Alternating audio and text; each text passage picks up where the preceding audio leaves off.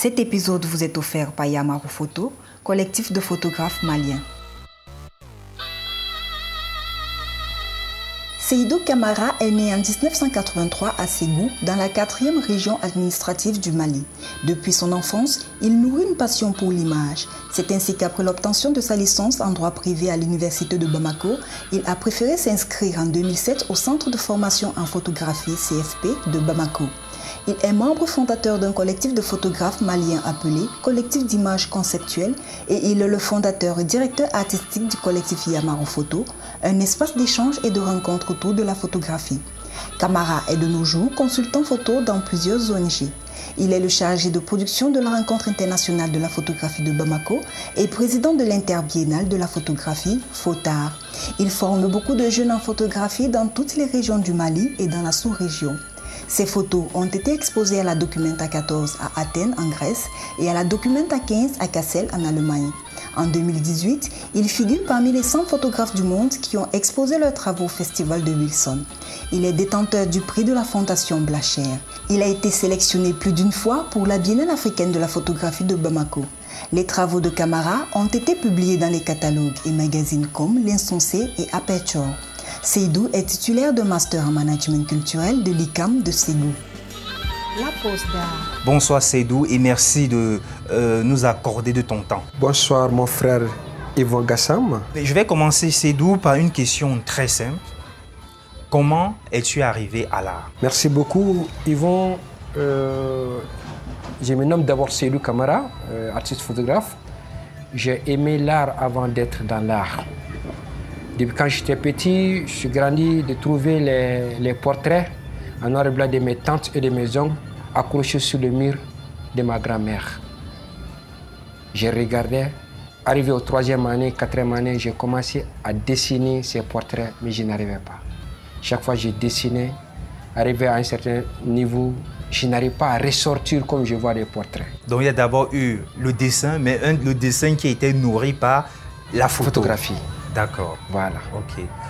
En même temps aussi, on a eu la chance, chaque fête, notre oncle, paix à son âme, qui d'ailleurs j'ai baptisé mon fils à son nom, il nous donne, il s'appelle Abdul Karim, il nous donne chaque fête de l'argent pour aller faire notre portrait dans un studio.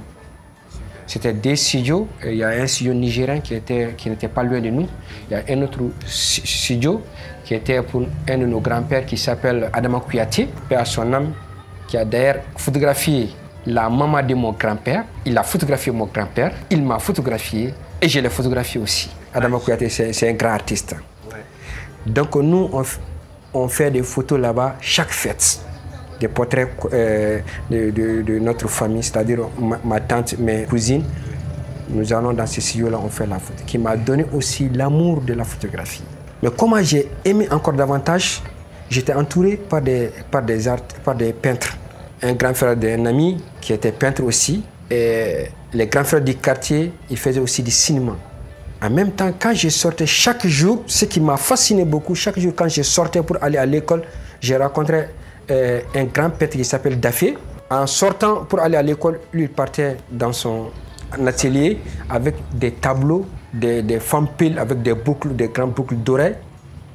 Des portraits, c'est fascinant. Je les regardais jusqu'à ce qu'on se sépare.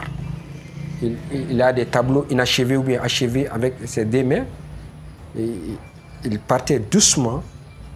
Je les regarde aussi nonchalamment pour aller à l'école. Souvent, nous, on ne partait pas à l'école, je ne pense que c'est jeudi ou quel jour.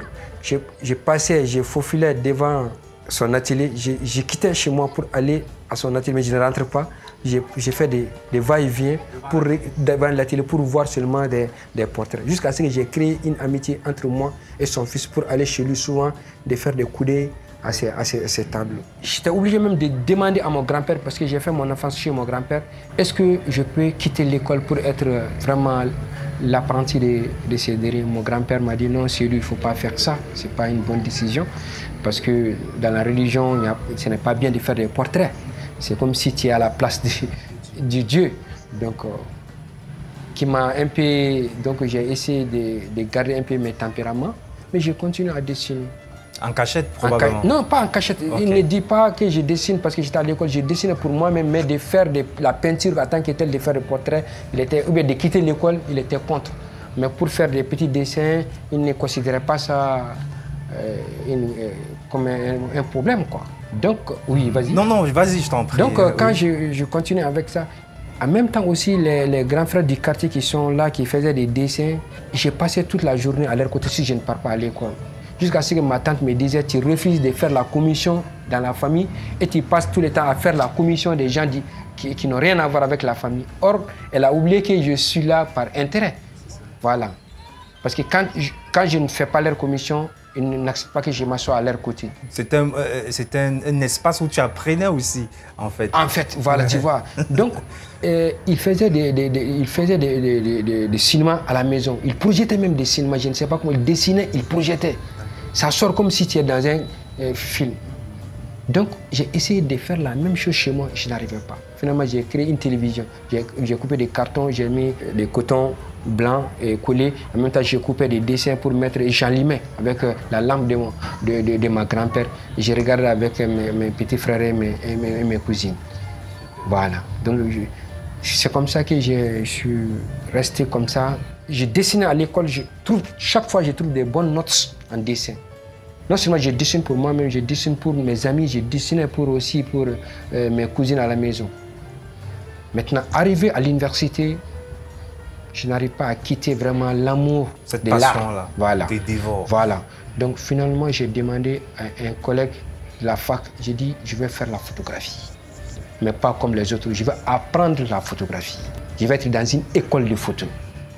Mais déjà, j'ai une question vite fait comme ça là. Mais qu'est-ce qui, selon toi, te poussait à vouloir te décaler de ce qui était fait déjà? C'est-à-dire la photographie de mariage, machin, ça ne t'intéressait pas, tu voulais autre chose. Je ne sais pas, or je ne connaissais pas l'art en tant que tel, hein. Je ne connaissais pas trop.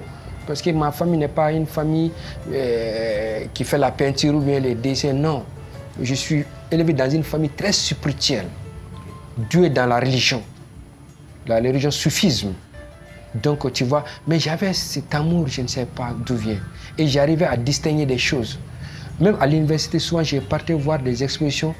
J'imaginais qu'un jour, je vais exposer dans ces musées-là. Tu t'imagines ça? Chaque fois, si on n'a rien à faire, je me promenais au musée. Quand je regarde la télé, si j'ai vu qu'il y a une exposition, je fais tout pour aller voir l'expo.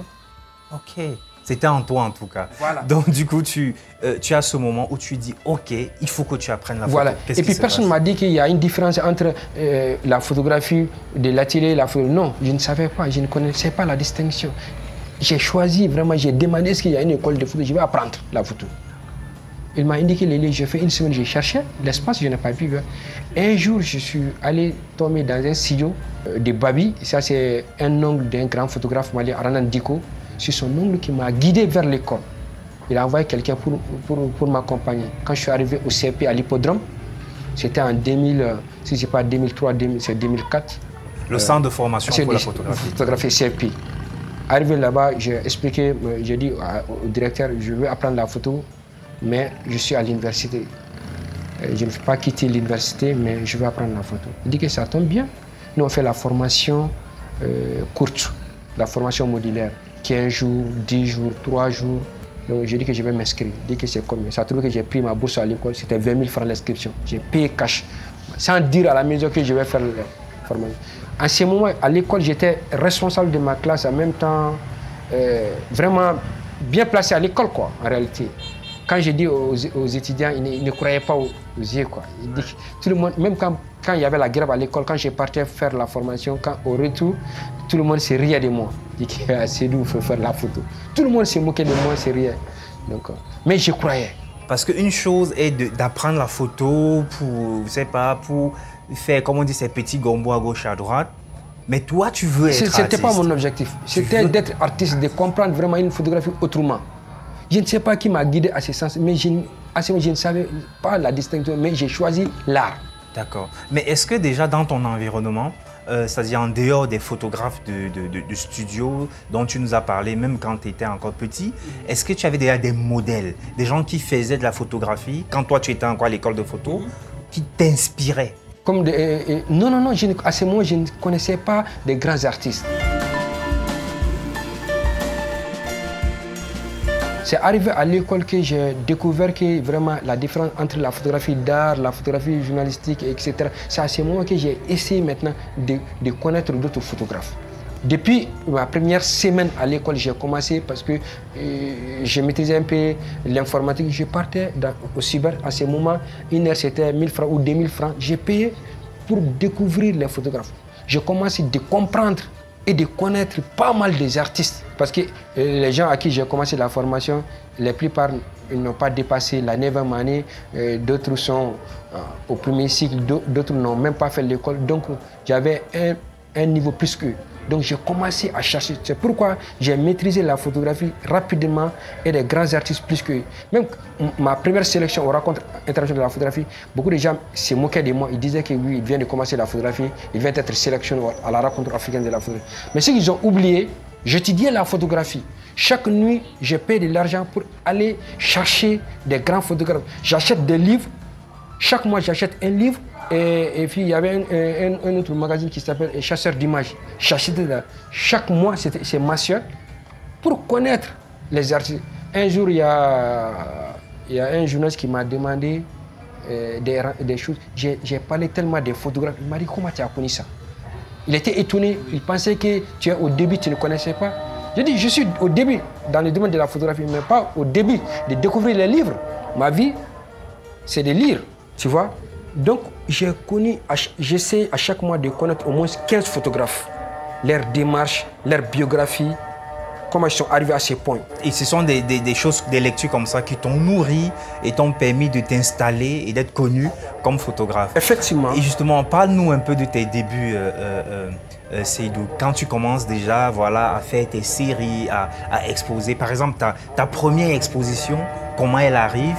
Oui, non, en fait, nous, on a fait la formation, nous, on a eu la chance d'être formés au CFP. CFP, ce n'est pas n'importe quel centre de formation, parce qu'ils avaient des collaborations avec une grande école en Suisse, école de VV.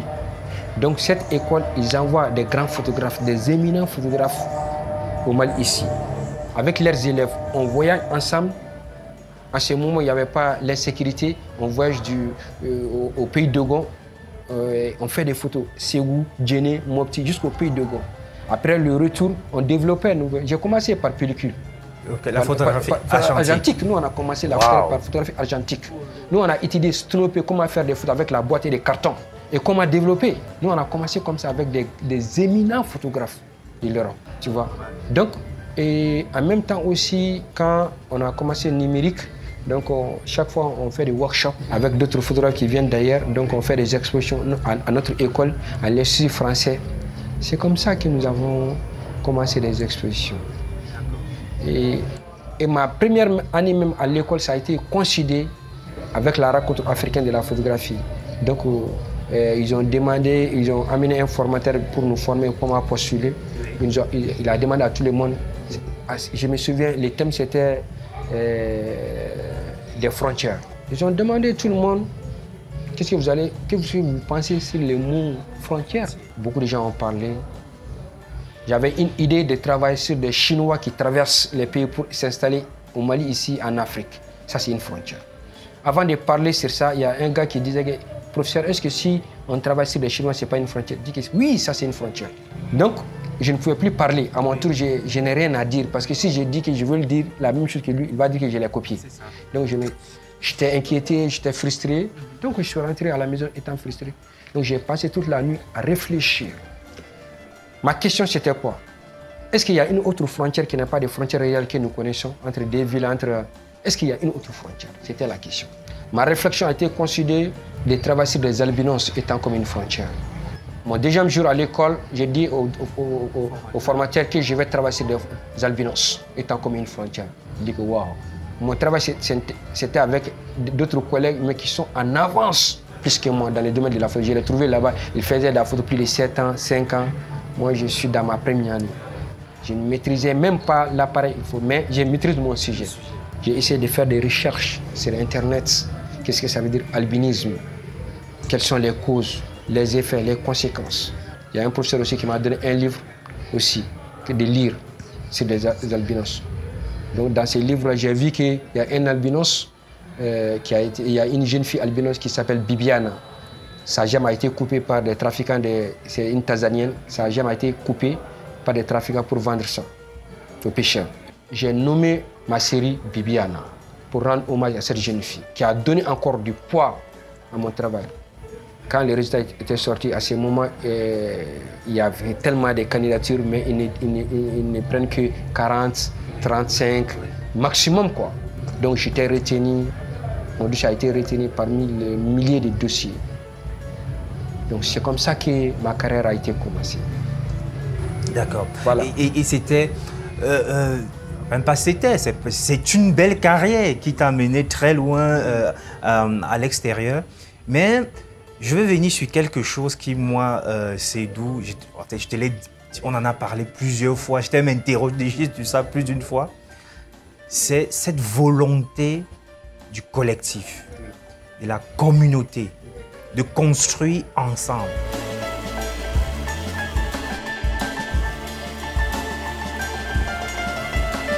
La pause d'art.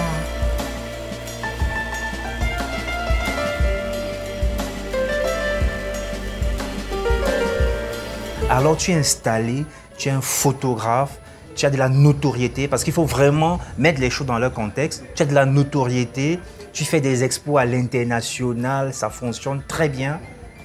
Et tu te lances dans une autre guerre. Oui. En fait, je te dis et je te répète, quand j'ai commencé la formation, quand nous on a terminé avec la formation, je te dis j'ai fait à peu près 2 ans sans maîtriser réellement le mode manuel.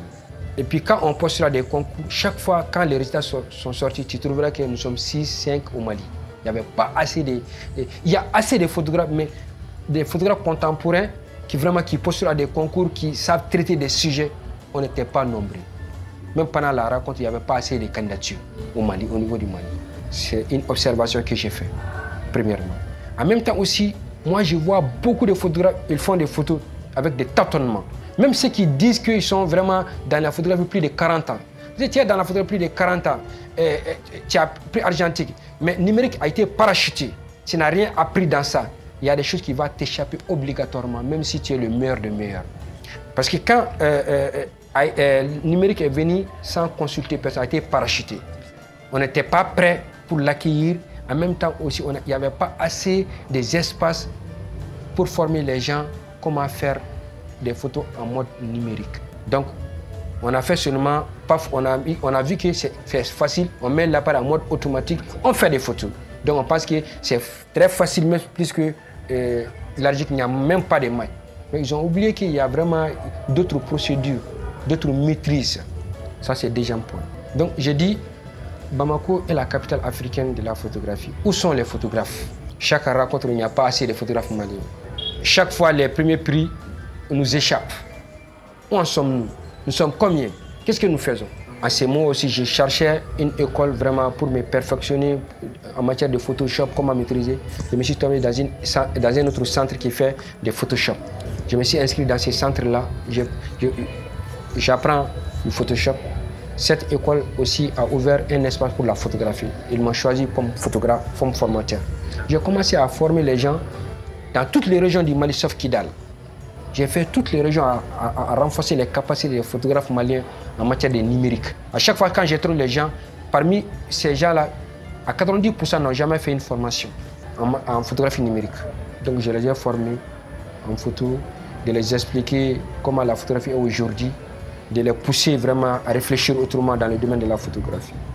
Quand cette section est fermée, donc les gens ont commencé de me demander « C'est d'où tu es où? C'est d'où tu es où? Est-ce que tu peux nous montrer ça? Mon appareil ne fonctionne pas, il y avait ceci, il y avait cela. » Donc j'ai dit « C'est le temps maintenant de faire quelque chose, de réunir les photographes, de créer quelque chose pour que les photographes se retrouvent. » Parce que les peintres ont leurs ateliers, les comédiens ont des espaces. Mais où sont les espaces pour les photographes?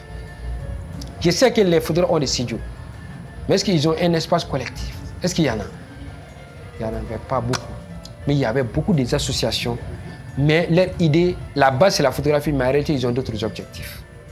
Donc j'ai dit, est-ce qu'on ne peut pas créer encore une communauté, une famille qui tourne autour de la photographie en tant que telle? C'est pourquoi l'idée des collectifs est venue. Donc on a demandé à Igo de nous donner un espace chez lui, à Galerie Médina. Voilà, donc en contrepartie, on fait aussi sa promotion. Donc, c'est-à-dire, nous, on fait ses photos, ses reportages gratuitement. Donc, l'espace est énorme. En même temps, chaque fois qu'on fait les publications. Donc, c'était vraiment un bon voisinage, une relation vraiment très, très bien. Donc, on a commencé chez lui, on faisait nos formations. Ça a trouvé qu'il n'y avait pas assez de formations en ville. Donc, les gens commençaient à venir, on les forme, on fait des formations courtes, on fait aussi des formations longues, on fait des workshops. À chaque fois, si un artiste vient, on se profite de lui pour faire workshop avec nous, des masterclass. Oui, donc un artiste international quand il arrive. Voilà, quand il arrivait. Par exemple, on a fait avec toi l'année dernière, mais ce n'était pas trop approfondi. Même cette année, on a voulu faire avec toi, mais malheureusement, avec le temps, avec la situation, on n'a rien fait. Je suis désolé pour ça. Sinon, si tu avais fait un master, Yvon, ça allait être bien pour nous et pour les autres. Bien sûr, on le fera la prochaine fois. Voilà, je te souhaite. Je reviendrai. Je souhaite ça que tu reviens. Ou bien même d'inviter spécialement de venir faire un workshop avec nous. Ça sera avec plaisir. Ça sera avec plaisir. Voilà. Donc nous, on a ici vraiment de s'organiser pour que vraiment les jeunes photographes trouvent un espace. Donc j'ai réfléchi comment faire. Au début, j'ai voulu créer une entreprise en tant que tel. Les gens viennent payer l'argent, sinon tu ne rentres pas. Je dis non, c'est pas le moyen. Parce que les jeunes qui veulent apprendre la photographie, la plupart n'ont pas de moyens. Donc, au lieu que ça soit comme ça, j'ai créé une communauté, une famille, que j'ai donné le nom de Yamaru. Comme je t'avais expliqué, le mot Yamaru, c'est un nom historique. Ça vient de langue mandingue. Le petit frère de Sundiata, qui était l'empereur du Mali, s'appelait Mandembu Kari. Il était surdoué, il était super intelligent. Il a créé des instruments, il a créé des pas de danse. Il apprenait les gens non seulement à jouer et à danser. En même temps aussi, il était très très sérieux. Quand il y a la guerre, il est là. Quand il y a l'amusement, il est là. Sa devise, c'était l'amusement n'empêche pas du sérieux. Clone test, c'est ça. S'il y a l'amusement, oui, on fait. Mais s'il y a du sérieux aussi, on est prêt. Donc, les griots l'ont nommé Yamaru. Yamaru veut dire celui qui crée chaque jour.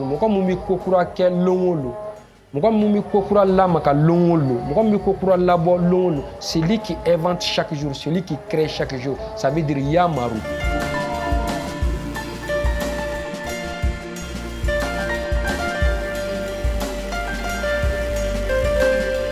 Donc nous, on a pris le mot Yamaru, on a ajouté Yamaru photo.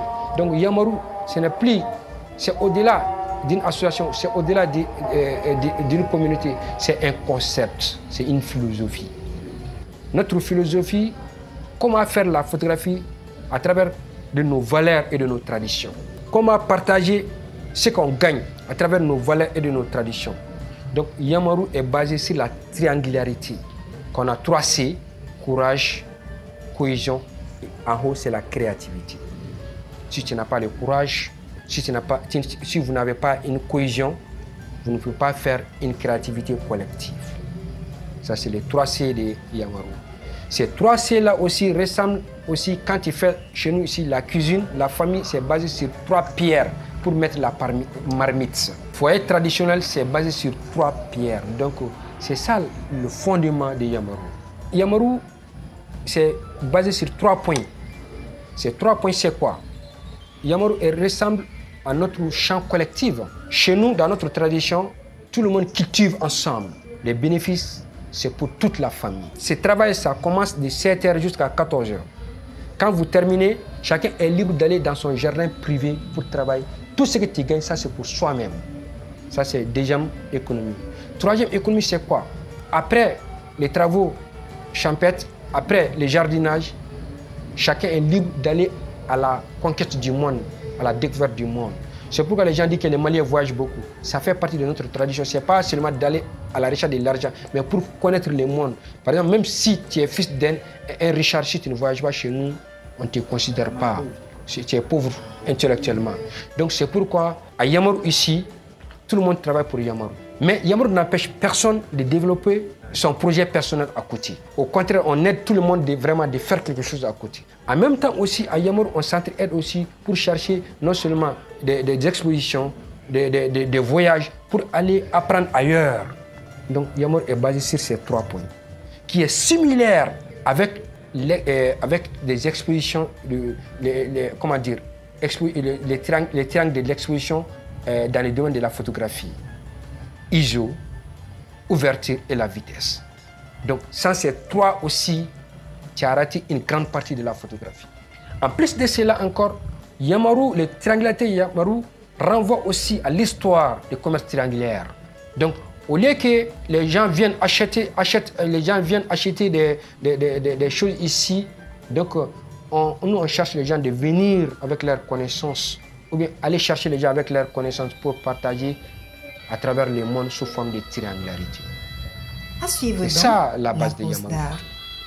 Cet épisode vous a été offert par Yamaru Photo, collectif de photographes maliens. Merci à vous d'être si nombreux à nous écouter. Nous vous donnons rendez-vous la semaine prochaine pour aller à la découverte d'une histoire intimement liée à l'art. La pause d'art est une idée d'Yvon Gassam. Voix off, Solange Nembe. Musique, Tumo. Mixage, Ralin Gangmo. Réalisation, Yvon Gassam. La pause d'art est un podcast produit par African Entertainment avec le soutien du laboratoire de théâtre de Yaoundé, Otni et de Satek Records.